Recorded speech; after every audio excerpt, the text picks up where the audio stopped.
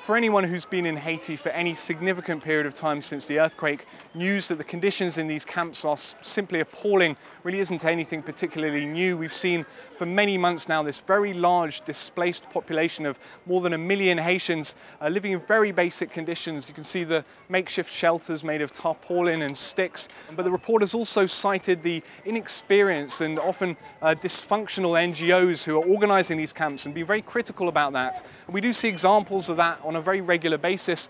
For example, here are the toilets for this camp. There are 5 toilets, and this is for a camp of more than 1,000 families.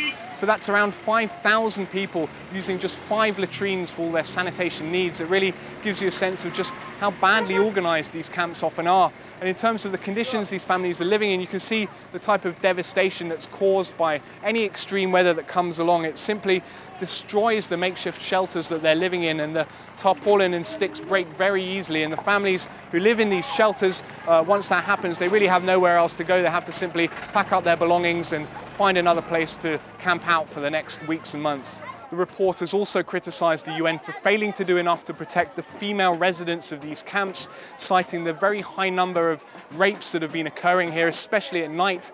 The UN's responded to that and said that it does send its armed patrols into these camps, especially at night, to assure security.